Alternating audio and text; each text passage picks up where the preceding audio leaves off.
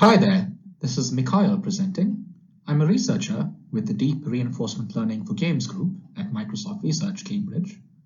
Welcome to my talk on rapid designer exploration of agent behaviors. I'm going to show you some work on improving reinforcement learning, or RL workflows, for game AI designers primarily.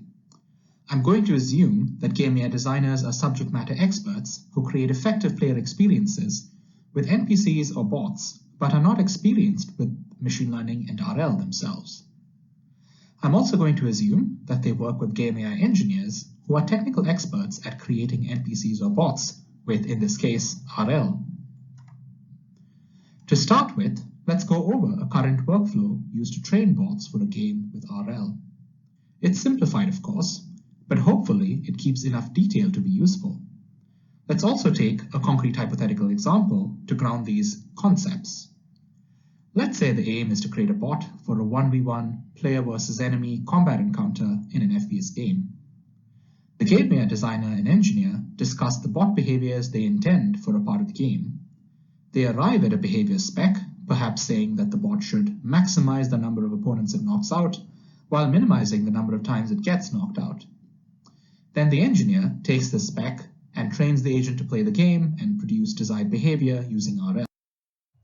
The trained agent is exported and passed on to the designer to evaluate. The designer then plays against the bot and evaluates it for fit with their intended player experience. While doing this, the designer notes down all the ways that the bot needs to change or adds in other ideas for the bot's behavior that they would like to see in the next iteration. For example, perhaps they say the engineer needs to increase agent aggression and could try to do this by having it attack the player from closer all the time to really get in their face. This process then repeats. All changes, minor or major, are made by the engineer by retraining the bot from scratch. So the next time the designer evaluates the bot, perhaps it starts attacking from too close this time, and the engineer needs to reduce the attack distance. They have to retrain the bot from scratch again and again and again. From our previous conversations with designers and developers, we heard that this workflow could stand to improve. Designers in particular felt that the pace at which they could explore new ideas was far too slow and too dependent on the engineer. They also wanted more control over the autonomous agent's behavior. This work proposes an alternative RL workflow to speed up the pace at which designers can explore and try out different agent behaviors themselves, while also improving their control over agent behavior in player interactions. So how can we do this?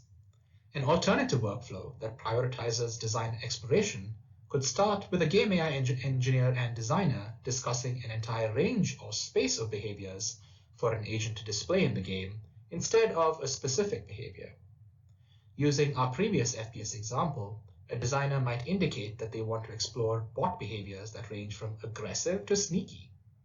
Of course, the designer still needs to break down and operationalize the dimensions of play they want to experiment with to produce these behaviors.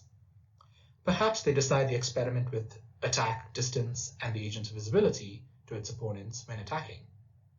The engineer then uses this spec corresponding to entire behavior spaces to train a generalized RL agent that shows the desired behavioral variation. The trained model is then exported and given to the designer. The designer can now explore many different variations of agent behavior in the generalized model instantaneously and evaluate all of them for fit with intended player interactions.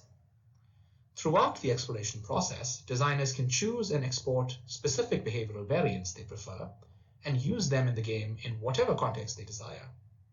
Major changes outside these behavior spaces are then added by retraining the agent. There are a couple important points to note, of course. Firstly, there is more front-loaded discussion by both participants in the process and more agent training required for the engineer. However, this enables orders of magnitude more exploration at design time based on the behavior spaces discussed at the start. The additional training time for the more general agent can also be amortized by using a scaled-up distributed training pipeline. Secondly, this new workflow is far more familiar and relatable to current workflows used in game AI creation. Here, a game AI engineer might expose parameters that control desired aspects of the underlying AI infrastructure to game AI designers for use in crafting their player interactions with NPCs. This embraces the most advanced yet acceptable or Maya principle for increasing the practical odds of successfully adopting a given innovation. Today, I'll demonstrate a system that uses most of this workflow, but there's an exciting additional layer of control that I'll leave for future work. That is, mapping these behavioral variants to specific designer ideas for the game, perhaps creating a bot with full health, playing more aggressively, while smoothly transitioning to a sneakier behavior as its health falls. So, how do we train this general agent that can perform a range of behaviors according to the desired behavior spaces? I used goal-conditioned RL as an initial approach to train the agent. This particular technique trains the agent by conditioning its reward, that is, the signal it uses to learn how to play the game, on achieving specific goals you set for it. For example, during training, the agent is given different goal values of attack distance and visibility from the opponent to maintain, and learns to achieve these range of goals. Then, at exploration time, the designer can give it different goals for distance and visibility and see it generate different behaviors instantaneously without any additional training. Similarly, at exploration time, how do we make the designer's experience of behavior exploration and evaluation more rapid and intuitive? Honestly, we're still learning how to help designers quickly understand what they can change to modulate the agent's behavior, and also how its behavior changes as a result of their actions, while making this entire experience more intuitive. We are currently experimenting with interaction, interface, and visualization design to help answer these questions.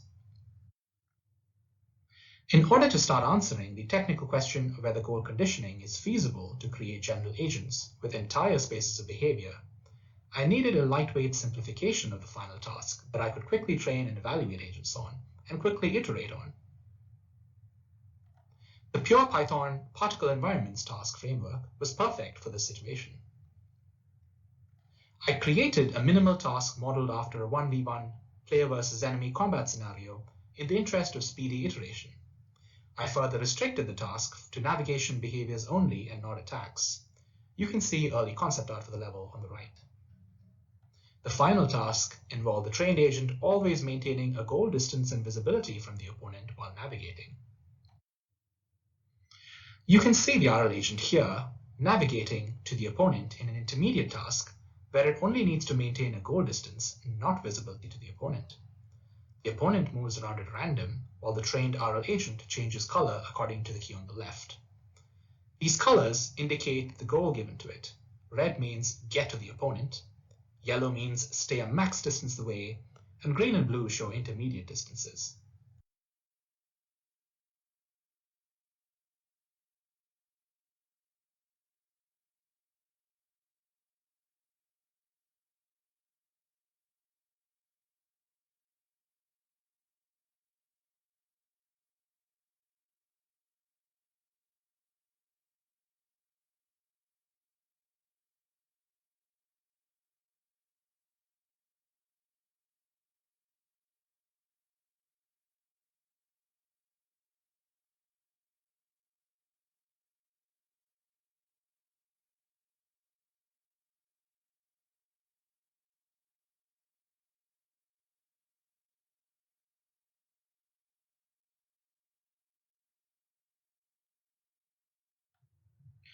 This is the final task in particle environments, where the RL agent is trained to maintain both distance and visibility to the opponent.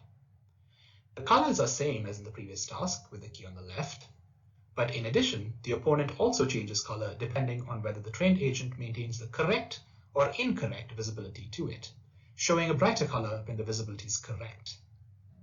You can see that based on the geometry of the level and availability of cover, the agent might choose to achieve one goal or the other if both aren't attainable simultaneously.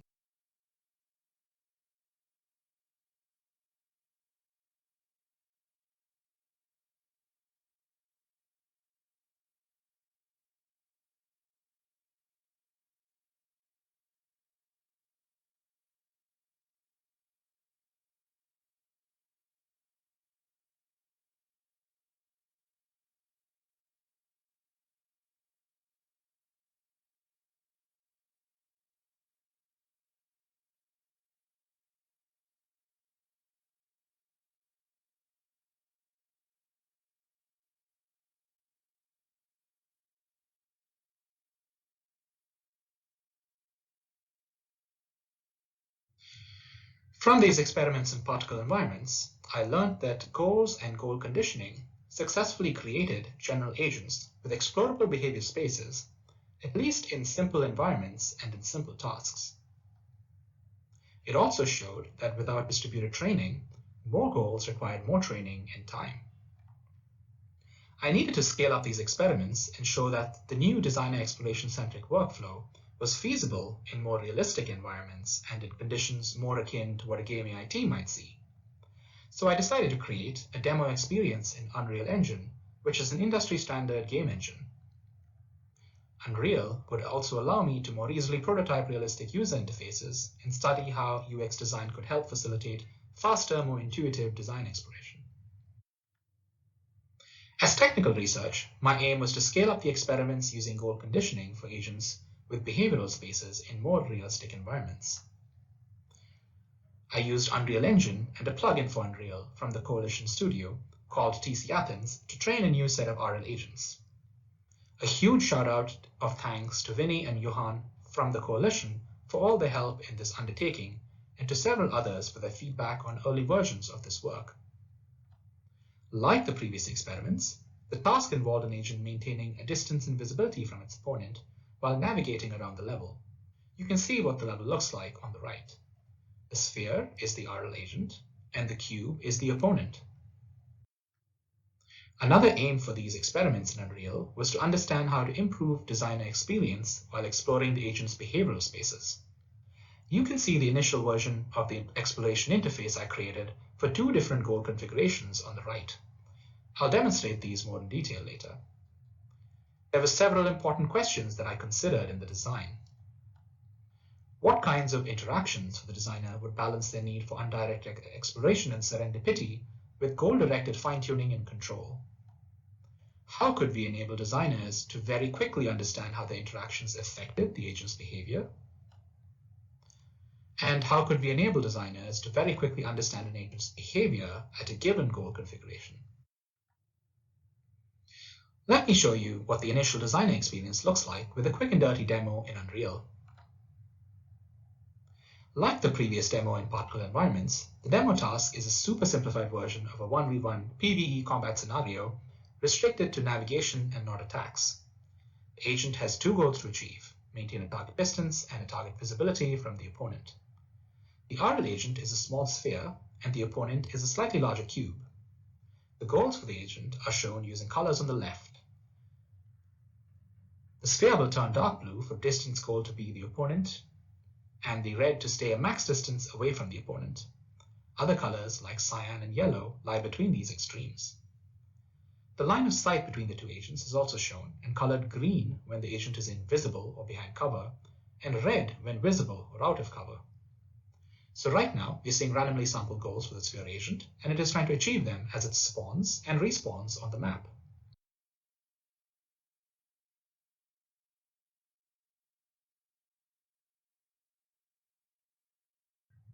Now that you're familiar with the task and what the agent is trying to achieve, we can look at the exploration experience itself.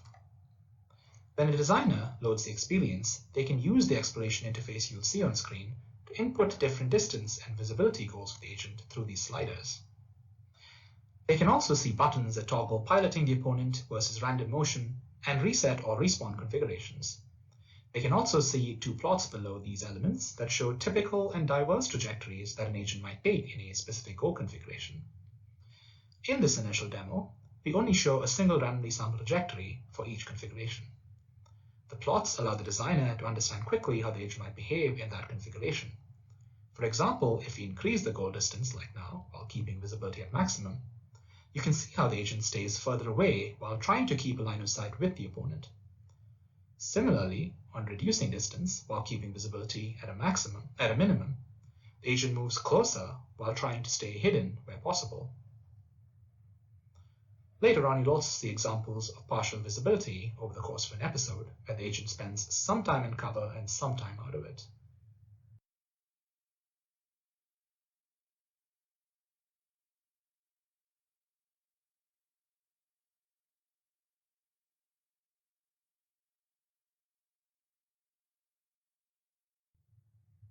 The designer can use the exploration interface to select goal from configurations for the agent, and then see how it behaves by watching it play against a given opponent agent. In this initial demo, the opponent uses random motion to move around, but this could use a built-in AI for a game or any other kind of opponent.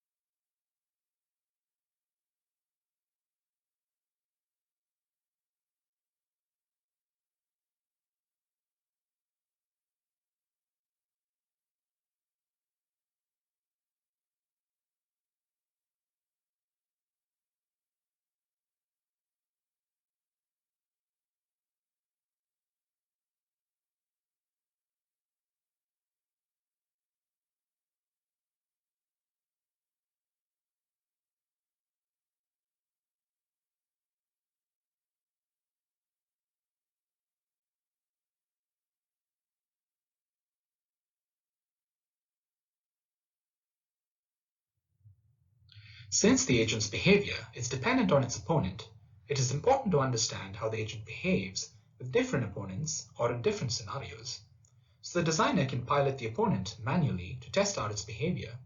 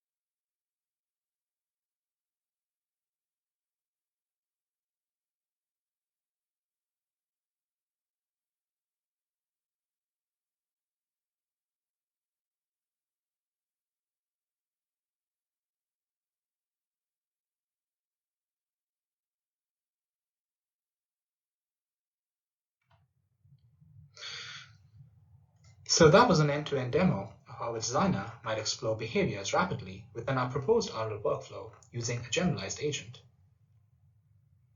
We saw that goal conditioning is a promising approach for instantiating general agent models that exhibit explorable behavior spaces through goals and goal conditioning. I also demonstrated some initial UX design solutions to improve design exploration. Toward that end, I showed a slider-based exploration interface, as well as trajectory plots and opponent piloting to help a designer understand the agent's behavior at a given goal configuration. There is plenty more to add to this initial exploration experience, both through technical research and design research. To start with, some of the technical directions. A vital next step will be to reduce the training time for the generalized agents, since that will limit practical adoption in more complex commercial games. For this issue, several tricks for multitask learning would be useful, but are out of scope for this video. Another disadvantage of this proposed workflow is that on retraining the agent to introduce a major change, the mappings and rules created by the designer to use the chosen behavior variants might not work any longer, since either the goals could be different, or even the same goal configuration might lead to different behaviors. Therefore, it would be extremely useful to systematically compare behavior generated by the two models at all goal configurations and automatically map similar behaviors between the two models together, so the previously chosen behavioral variants could either be found automatically in the best case or be clearly shown to the designer as needing attention and replacement in the worst case. A goal for the design of the exploration interface was to balance exploration and control. The initial interface only included a set of slider-based input controls for each goal or parameter. However, different input controls better support exploration or control to different degrees. In addition to the current interface and moving from better goal-directed control to better undirected exploration, we could use pairs of parameter surfaces. We could train a latent space model to reduce the different parameters into a two-dimensional surface where similar behaviors are clustered close together. We could also support interactions to simply request more of the same agent behaviors or different agent behaviors without specifying how these behaviors should vary.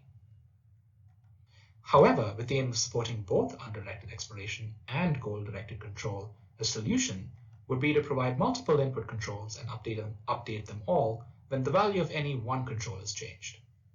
So the designer could alternate between undirected exploration with, say, the latent space interface, and then more fine-grained behavioral tuning on the individual parameter sliders, after finding an interesting region of behaviors. An aim of the user experience design was also to quickly show designers how the interactions would change agent behavior. This design aim was not explored fully in depth in this initial demo. However, perhaps useful metrics could be plotted alongside the interfaces to enable the designer to better plan their interactions. For example, to identify impossible regions of the goal space, a goal success rate could be plotted, as in these example designs. So the impossible goal of being invisible when at the opponent could be shown prior to trying out that configuration and wasting time. An alternative or additional metric could be the task reward, for example, the number of times the agent knocks out the opponent at the given goal configuration. Another direction for future work is to enable faster understanding of how the agent behaves at a specific goal configuration. This could be done by plotting visualizations summarizing the agent's behavior. Though titled differently, the demo showed a simple visualization consisting of sample trajectories for every goal configuration. Other alternatives could include plotting trajectories that the agent typically generates, or the most diverse set of trajectories that the agent takes. Finally, heat maps could also identify where the agent is most commonly found and what actions it takes there. In addition to showing visualizations of behavior, comparing the agent's behavior in multiple scenarios is important. This demo showed how the designer could directly pilot the opponent to evaluate the agent's behavior more thoroughly. Perhaps in the future, they could also set up the environment or opponent AI to facilitate custom scenarios to test out. A final line of further research could investigate how this exploration-centric workflow is used by game designers in the real world. For example, what is the real-world utility of such an approach? In addition, More work could investigate how to use the behavioral variants selected by designers through exploration. On the right is one example how a designer might want to use 3 different variants from the goal space according to the agent's health. At high health, the agent could be aggressive. At medium health, the agent could be sneaky. Finally, at low health, the agent could be hyper-aggressive and go out with a memorable bang. Practically, perhaps on selecting an interesting behavioral variant, it could be exported as metadata. This metadata could be accessed through some high-level node-based programming interface, for example. Node-based approaches would also be easier to adopt in practice as they are now very popular, especially with designers due to the low barrier to entry.